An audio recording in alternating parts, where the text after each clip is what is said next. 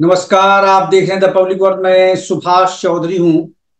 आज की खास खबरों को लेकर हाजिर हूं। इससे पहले कि अपनी बात शुरू करूं, आपसे गुजारिश है कि हमारे चैनल द पब्लिक वर्ल्ड को सब्सक्राइब कर हमारी मदद करें। तो चलिए शुरू करते हैं आज की खबरों का सिलसिला। मोदी सरकार ने सीए पर पूरा किया वादा, 14 लोगों को मिला सिटीजनशिप सर्टिफिकेट। संशोधित नागरिकता कानून यानी सीएए के तहत नागरिकता प्रमाण पत्रों का पहला सेट बुधवार को जारी करने के साथ 14 लोगों को भारत की नागरिकता प्रदान कर दी गई। इसके साथ ही पाकिस्तान, अफगानिस्तान और बांग्लादेश में प्रताड़ना के शिकार होकर भारत आए गैर मुस्लिम प्रवासियों को नागरिकता देने की प्रक्रिया शुरू हो गई। केंद्रीय गृह सचिव अजय कुमार भल्ला ने एक निर्दिष्ट पोर्टल के माध्यम से आवेदनों पर ऑनलाइन मंजूरी के बाद 14 लोगों को प्रमाण पत्र आज सौंपे। सीए के तहत पाकिस्तान, बांग्लादेश और अफगानिस्तान के 31 दिसंबर 2014 से पहले भारत आए बिना दस्तावेज वाले गैर मुस्लिम प्रवासियों के लिए नागरिकता आवेदन की योग्यता अवधि 11 से घटाकर 5 वर्ष कर दी गई है। इस अवसर पर गृह सचिव ने आवेदकों को बधाई देते हुए नागरिकता संशोधन नियम 2024 के प्रमुख बिंदुओं पर प्रकाश डाला। उल्लेखनीय है कि भारत सरकार ने 11 मार्च 2024 को सीएए 2024 को अधिसूचित किया था। इसमें आवेदन करने के तरीके, आवेदन को आगे बढ़ाने की प्रक्रिया और राज्य स्तरीय अधिकार प्राप्त समिति द्वारा आवेदनों की जांच और नागरिकता प्रदान करने की व्यवस्था की गई है। इसके लागू होने के बाद पाकिस्तान, बांग्लादेश और अफगानिस्तान से हिंदू, सिख, जैन, बौद्ध, पारसी और ईसाई समुदायों से संबंधित व्यक्तियों से आवेदन प्राप्त हुए हैं जो धार्मिक उत्पीड़न या इसके डर के कारण 31 दिसंबर 2024 तक भारत आ गए थे। उधर चार धाम यात्रा में भारी भीड़ देखते हुए 2 दिनों के लिए ऑफलाइन रजिस्ट्रेशन बंद करने का निर्णय लिया गया। चार धाम यात्रा को शुरू हुए फिलहाल 5 ही दिन हुए, लेकिन जाने वाले का हुजूम केदारनाथ के कपाट खुलने के साथ ही लगना शुरू हो गया है। इतना ही नहीं, अब तक चार धाम यात्रा के लिए गए 11 लोगों की मौत भी हो गई है। चार धाम यात्रा के लिए भारी संख्या में श्रद्धालु उत्तराखंड पहुंच रहे हैं। यात्रा के शुरू होते ही चार धाम में लग रही भारी भीड़ को देखते हुए 2 दिनों के लिए ऑफलाइन रजिस्ट्रेशन भी बंद कर दिया गया है। 15 और 16 मई को ऑफलाइन रजिस्ट्रेशन नहीं होंगे। यह फैसला चार धाम की यात्रा के लिए आने वाले बड़ी संख्या में श्रद्धालुओं को देखते हुए लिया गया है। चार धाम यात्रा के रजिस्ट्रेशन हरिद्वार और ऋषिकेश में किए जा रहे हैं। 15 अप्रैल से अभी तक 26,73,519 रजिस्ट्रेशन हुए थे। गंगोत्री में 4,21,366, यमुनोत्री में 4,78,576 रजिस्ट्रेशन किए गए। वहीं हेमकुंड साहिब के लिए अब तक 59,000 से अधिक लोगों द्वारा रजिस्ट्रेशन किया गया है। बता दें कि हेमकुंड साहिब के कपाट 25 मई से खुलेंगे। उत्तराखंड से ही एक और खबर है कि उत्तराखंड के जंगलों में लगी आग पर सुप्रीम कोर्ट ने सख्त रुख अख्तियार किया। केंद्र सरकार और राज्य दोनों को फटकार लगाई है। उत्तराखंड के जंगलों में लगी आग के मामले पर बुधवार 15 मई को यानी आज सुप्रीम कोर्ट ने सुनवाई करते हुए केंद्र और राज्य सरकार को फटकार लगाई। कोर्ट ने केंद्र और राज्य सरकार को फटकार लगाई और कहा कि राज्य सरकार को अपर्याप्त धन और वन विभाग के अधिकारियों को लोकसभा चुनाव 2024 की ड्यूटी में लगाए जाने को लेकर आलोचना की है।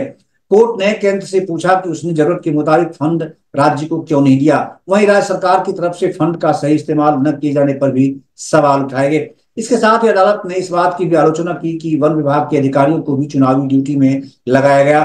कोर्ट ने उत्तराखंड के मुख्य सचिव से शुक्रवार को व्यक्तिगत रूप से पेश होकर जवाब देने के लिए कहा है।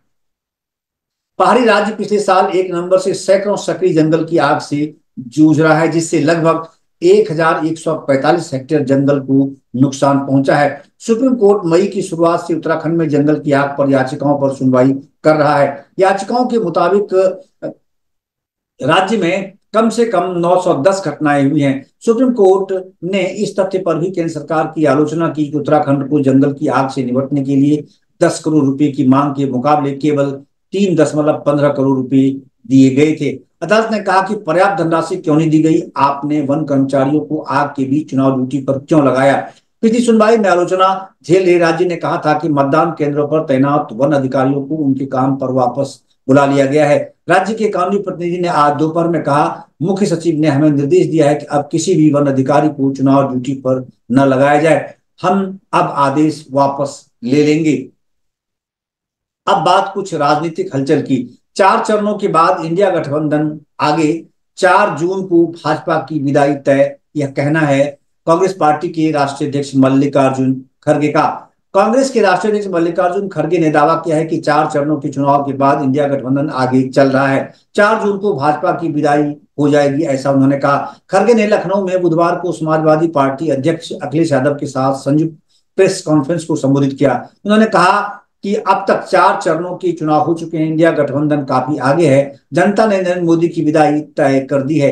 खड़गे ने कहा कि यह चुनाव विचारधारा की लड़ाई है। एक तरफ वो लोग हैं जो कुछ अमीरों के लिए धर्म का इस्तेमाल कर रहे हैं और दूसरी तरफ गरीबों और युवाओं के लिए लोग लड़ रहे हैं। उन्होंने कहा कि ये लड़ाई आरक्षण और संविधान बचाने की लड़ाई है। उन्होंने कहा कि सरकारी संस्थाओं में पद खाली है लेकिन केंद्र सरकार उनको भरने के लिए राजी नहीं है। हमारी सरकार बेरोजगारी और महंगाई के खिलाफ लड़ रही है। हम लोग अमीर और गरीब के अंतर को मिटाने के लिए लड़ रहे हैं। मल्लिकार्जुन खड़गे ने कहा कि वर्तमान में केंद्र सरकार, नरेंद्र मोदी सरकार 70 से 80 करोड़ लोगों को 5 किलो अनाज दे रही है। जब इंडिया गठबंधन की सरकार बनेगी तो वो इसे 10 किलो अनाज देने का प्रावधान करेंगे। इस प्रेस कॉन्फ्रेंस को अखिलेश यादव ने भी संबोधित किया। सपा अध्यक्ष अखिलेश यादव ने कहा कि उत्तर प्रदेश में एनडीए को यानी भाजपा बुरी तरह हार रही है। उन्होंने कहा कि इंडिया गठबंधन को उत्तर प्रदेश में 79 सीट्स मिलने जा रही है। अब दूसरी खबर राजनीतिक दृष्टि से ही, सपा को चुनाव के बीच दोहरा झटका। 2 दिन में 2 पार्टियों ने छोड़ा साथ। लोकसभा चुनाव 2024 के बीच समाजवादी पार्टी को एक बड़ा झटका लगा है। सपा मुखिया अखिलेश यादव के पुराने सहयोगी और महान दल के अध्यक्ष केशव देव मौर्य ने समर्थन वापस लेने का ऐलान कर दिया है। इससे पहले जनवादी पार्टी के संस्थापक और अध्यक्ष संजय चौहान ने भी सपा को बीजेपी की बी टीम बताते हुए सपा से वापस समर्थन ले लिया था। वहीं अब केशव देव मौर्य ने प्रेस रिलीज जारी करते हुए कहा कि अखिलेश यादव का साथ अब जयंत चौधरी, स्वामी प्रसाद मौर्य और पल्लवी पटेल ने छोड़ दिया था। तब मैं समाजवादी पार्टी के साथ चट्टान की तरह खड़ा हुआ और समर्थन दिया। इसके साथ ही केशव देव मौर्य ने लिखा, इस लोकसभा चुनाव 2024 में इंडिया गठबंधन ने महान दल को अपने गठबंधन में नहीं लिया था, लेकिन समाजवादी पार्टी के राष्ट्रीय अध्यक्ष अखिलेश यादव ने महान दल से समर्थन मांगा था। महान दल का किसी भी पार्टी से गठबंधन नहीं था और बड़ा चुनाव होने के कारण महान दल के पास कोई प्रत्याशी भी नहीं था, इसलिए महान दल ने समाजवादी पार्टी को समर्थन दे दिया था। इधर बिहार में चिराग पासवान ने कहा है कि गांधी परिवार को बिहार की कोई चिंता नहीं है। नीतीश कुमार का नाम लेकर भ्रम फैलाया जा रहा है तेजस्वी के द्वारा। राष्ट्रीय जनता दल के नेता तेजस्वी यादव ने कहा था कि नीतीश कुमार भले ही एनडीए में हों लेकिन हैं हमारे साथ। इस पर लोक जनशक्ति पार्टी के प्रमुख चिराग पासवान ने तेजस्वी यादव पर निशाना साधा है। उन्होंने कहा, साथ न होने के बावजूद भी तेजस्वी यादव राजनीतिक लाभ के लिए हमारे मुख्यमंत्री का नाम ले रहे हैं। नीतीश कुमार के नाम पर तेजस्वी भ्रम फैला रहे हैं। उन्होंने आगे कहा कि तेजस्वी यादव जागरूक जनता को बहला फुसला नहीं सकते। वो जमाना जा चुका है जब लोगों को बहला फुसला कर वोट लिया जाता था। उन्होंने कहा कि 5वें चरण का चुनाव नजदीक होने के बावजूद इंडी गठबंधन के घटक दल अभी तक सभी साथ नहीं दिखे हैं, जबकि बीते दिनों पीएम मोदी की रैली से हमारे गठबंधन की एकजुटता प्रदर्शित हुई थी। उन्होंने कहा, गांधी परिवार को बिहार की कोई चिंता नहीं है, उनके नेता एक साथ किसी बड़े मंच पर नजर नहीं आए। अब बात पड़ोसी राज्य झारखंड की। झारखंड के विकास मंत्री आलमगीर आलम को ईडी ने किया गिरफ्तार। झारखंड के विकास मंत्री और कांग्रेस के नेता आलमगीर आलम को प्रवर्तन निदेशालय यानी ईडी ने आज गिरफ्तार कर लिया। उन पर पूछताछ के दौरान सहयोग न करने का आरोप लगा है। ईडी ने आलमगीर आलम को आज भी पूछताछ के लिए बुलाया था। सूत्रों की माने तो पूछताछ में सहयोग नहीं करने पर उन्हें गिरफ्तार किया गया। दरअसल आलमगीर आलम के सचिव के नौकर के घर पर 37 करोड़ रुपए से ज्यादा का कैश बरामद हुआ था। इसी सिलसिले में ईडी उनसे पूछताछ कर रही थी और जब ईडी को लगा कि कांग्रेस नेता जांच में सहयोग नहीं कर रहे तो उन्हें गिरफ्तार कर लिया गया। इससे पहले मंगलवार को आलम के साथ ईडी ने 10 घंटे तक पूछताछ की थी। 70 साल के आलम को धन शोधन निवारण अधिनियम पीएमएलए के तहत अपना बयान दर्ज करने के लिए मंगलवार को रांची में ईडी के जोनल कार्यालय में उपस्थित होने के लिए कहा गया था। झारखंड के ग्रामीण विकास मंत्री ने ईडी ऑफिस में एंट्री करने से पहले पत्रकारों से कहा, मुझे आज भी बुलाया गया था और इसलिए मैं आया हूं। यह छापेमारी झारखंड ग्रामीण विकास विभाग के पूर्व चीफ इंजीनियर वीरेंद्र के नाम के खिलाफ मनी लॉन्ड्रिंग मामले में चल रही जांच के सिलसिले में थी, जिन्हें पिछले साल गिरफ्तार किया गया था। छापेमारी के दौरान बेहिसाब नकदी को गिनने के लिए कई नोट गिनने वाली मशीनें भी लाई गई। बरामद किए गए कैश में ज्यादातर 500 के नोट थे। इसके अलावा एजेंसी के अधिकारियों ने जहांगीर आलम के फ्लैट से कुछ आभूषण भी बरामद किए। आलम के निजी सचिव संजीव लाल और उनके घरेलू सहायक जहांगीर आलम दोनों को ईडी ने छापेमारी और उसके बाद झारखंड की रांची में उसके उनके परिसर से करोड़ रुपए की नकदी बरामद के बाद गिरफ्तार किया था। अब बात राजस्थान की। राजस्थान में हीट वेव अलर्ट यानी गर्मी उफान पर है, तापमान चरम पर जाने को है। अगले 72 घंटे में तापमान 2 से 4 डिग्री बढ़ने की संभावना जताई गई है।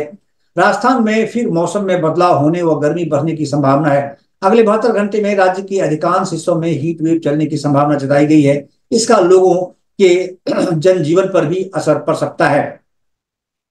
मौसम विज्ञान केंद्र जयपुर के मुताबिक आगामी 72 घंटों में अधिकतम तापमान 2 से 4 डिग्री बढ़ोतरी होने, आज पश्चिमी राजस्थान में अधिकतम तापमान 44 से 45 डिग्री दर्ज होने, हीट वेव लू की संभावना है। 17 से 18 मई को जोधपुर बीकानेर संभाग में अधिकतम तापमान 45 से 47 डिग्री तक दर्ज होने, सीवियर हीट वेव की प्रबल संभावना जताई गई है। बताया गया है कि 17 से 19 मई के दौरान अधिकतम तापमान 44 से 46 डिग्री दर्ज होने व हीट वेव लू चलने की भी प्रबल संभावना है। पिछले 24 घंटों में राज्य के अधिकांश भागों में अधिकतम तापमान 40 से 43 डिग्री तथा उदयपुर संभाग में 40 डिग्री सेल्सियस से नीचे दर्ज किए गए हैं। सर्वाधिक अधिकतम तापमान 44.2 डिग्री सेल्सियस फलौदी में दर्ज किया गया है। तो आज की खास खबरों में बस यहीं तक, और फिर हम कल फिर दोबारा हाजिर होंगे कुछ खास खबरों को लेकर। आपका बहुत बहुत धन्यवाद। आपसे फिर गुजारिश है, हमारे चैनल द पब्लिक वर्ल्ड को सब्सक्राइब कर हमारी मदद करें। आपका बहुत बहुत धन्यवाद।